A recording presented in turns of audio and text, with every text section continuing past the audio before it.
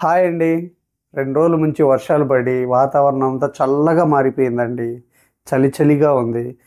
ఈ వాతావరణంలో ఏదైనా వేడి వేడిగా తినాలనిపిస్తుంది కదా! నాకైతే నెల్లూరు స్పెషల్ పులి బొంగరాలు, ఎర్రకారపు చట్నీ తినాలనిపిస్తుందండి. మరి ఇంకెందుకు ఆలస్యం రండి వెళ్ళి పులి బొంగరాలేసుకొని, ఎర్రకారపు చట్నీ ఏసుకొని వేడి వేడిగా లాగించేద్దాం. పులి బొంగరాలు చేయటానికి ముందుగా ఒక బౌల్ తీసుకొని, ఒక కప్పు మినపగుళ్ళు, 2 కప్పులు బియ్యము, పావు టీ స్పూన్ మెంతులు, 1 టేబుల్ స్పూన్ పచ్చిపప్పు. ఇప్పుడు 2, 3 సార్లు బాగా కడుక్కుందాం. ఇలా కడుక్కున్నాం కదండి, వీటిని నీళ్లు పోసి 2 గంటల పాటు నానబెట్టుకుందాం. 2 గంటలు అయిపోయిందండి. పప్పు బియ్యం చక్కగా నానాయి. ఇప్పుడు గ్రైండ్ చేసుకుందాం.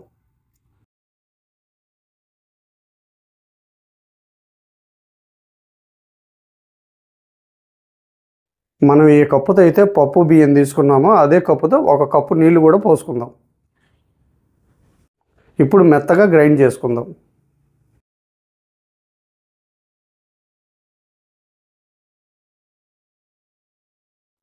ఇలా మెత్తగా గ్రైండ్ చేసుకున్నాం కదా, కన్సిస్టెన్సీ అన్నది ఇలా గట్టిగా ఉండాలండి. అప్పుడే మనకు పునుగులు పర్ఫెక్ట్గా వస్తాయి.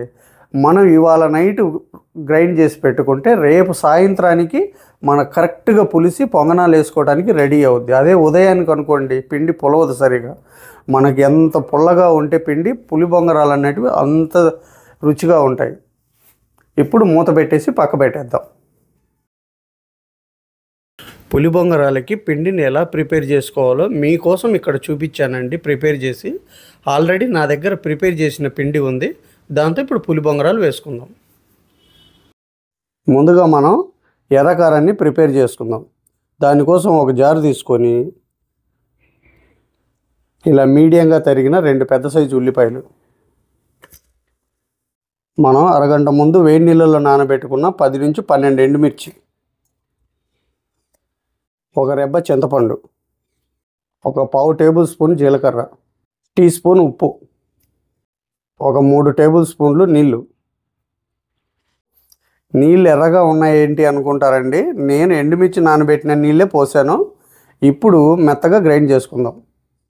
ఎర్రకారం రెడీ అయిపోయిందండి. నెల్లూరు సైడు దీన్ని దోశ మీద రాస్తారు కాబట్టి పోపు అక్కర్లేదు. మనం పులి బొంగరాలకి కాబట్టి కొద్దిగా పోపు పెట్టుకుంటే రుచిగా ఉంటుంది. ఇప్పుడు పోపు పెట్టుకుందాం. ఇప్పుడు స్టవ్ మీద పాన్ పెట్టుకొని 1 టేబుల్ స్పూన్ ఆయిల్ వేసుకుందాం. ఆయిల్ వేడైందండి. ఇప్పుడు కొద్దిగా మినప్పప్పు, ఓ చిటికెడు ఆవాలు, కొద్దిగా జీలకర్ర, ఒక రెబ్బ కరివేపాకు. పోపు వేగిందండి. ఇప్పుడు మనం గ్రైండ్ చేసుకున్న చట్నీని పోపులో వేసుకుందాం.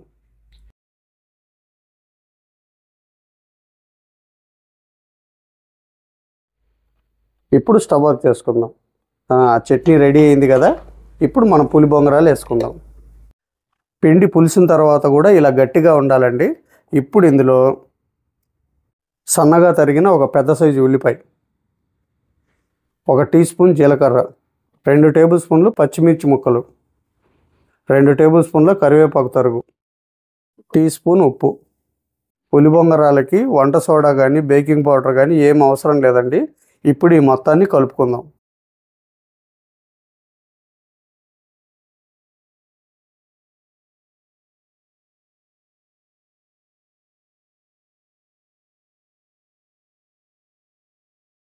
ఇలా కలుపుకున్నాం కదా, ఇప్పుడు డీప్ ఫ్రైకి ఆయిల్ పెట్టుకుందాం. ఆయిల్ వేడైందండి. మనం ఆయిల్ వేడి తెలుసుకోవాలంటే కొద్దిగా పిండి తీసుకొని ఇలాగ ఆయిల్లో వదిలితే 10 సెకండ్లలో పైకి రావాలి. అప్పుడు మనకు ఆయిల్ హీటు సరిపోతుంది. చూసారు కదా, ఇలా పైకి వచ్చింది. ఇప్పుడు పొంగనాలు వేసుకుందాం. ఇప్పుడు స్టవ్ని మీడియం ఫ్లేమ్లో పెట్టుకోవాలి. ఇప్పుడు కొద్దిగా చేతికి తడి అంటించుకొని మనం పొంగనాలు వదులుకుందాం.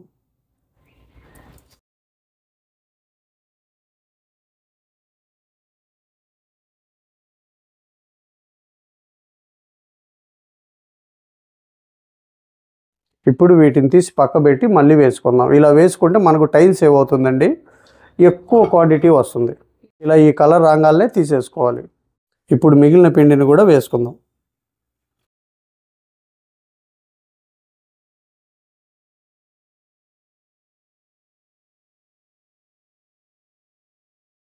చూసారు కదండి, ఇప్పుడు ఇలా కలర్ వచ్చాయి కదా, ఇప్పుడు మనం ముందు తీసి పెట్టుకున్న వాటిని కూడా వేసుకుందాం.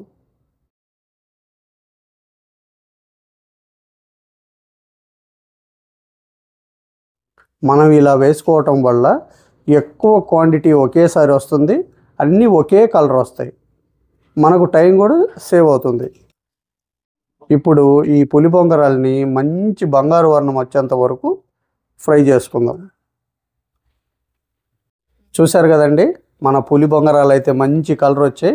ఇప్పుడు ప్లేట్లోకి తీసుకుందాం.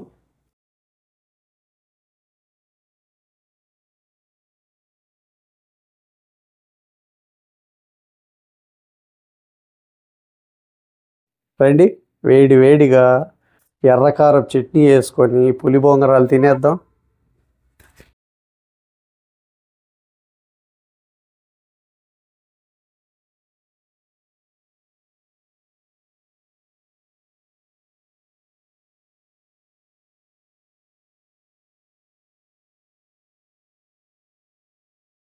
ఈ వేడి వేడి పులి బొంగరాలు, ఈ ఎర్రకారపు చట్నీ అద్దిరిపోయిందండి.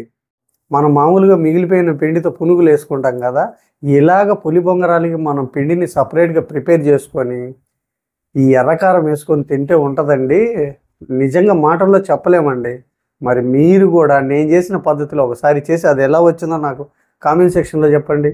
ఈ వీడియో కనుక మీకు నచ్చినట్లయితే ఒక లైక్ చేయండి, షేర్ చేయండి, మన ఛానల్ని సబ్స్క్రైబ్ చేసుకోండి. మళ్ళీ రేపు ఒక మంచి రెసిపీతో మీ ముందుకు వస్తాను. వేడి చల్లారిపోతాయి, తినేస్తానండి.